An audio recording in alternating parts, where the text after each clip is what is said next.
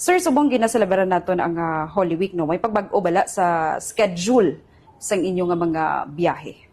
Yes ma'am, actually no, sa karon nga mga inadlaw no, March 31 until April 2 no, is a Thursday no. So ang aton schedule is normal siya no. So pag abot sa Good Friday no, April 3, so wala kita sang operation sa kanaton nga mga ruta. Then mag-resume kita by Saturday, April 4. So balik naman kita sa normal naton nga operation.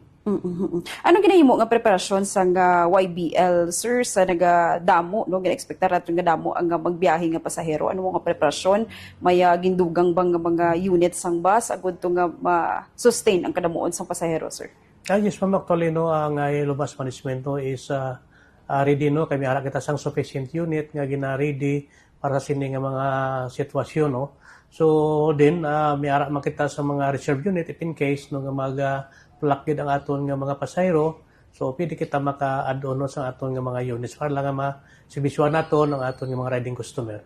Opo. Ano nga mga safety measure ang ginapatuman sa nga kumpanya, sir, agod nga masiguro ang kaluwasan sang pasahero sa ilang pagbiyahe sa panahon sa nga Holy Week subong nga semana?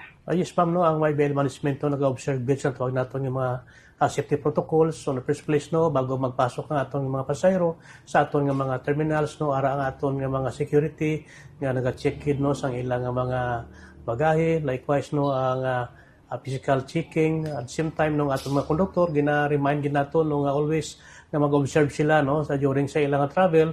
Kaya in case mayroon sila nga man-obserbahan nga do kamalahan, so I report nila ina no, sa mga authority para matigaan dahil sa immediate action.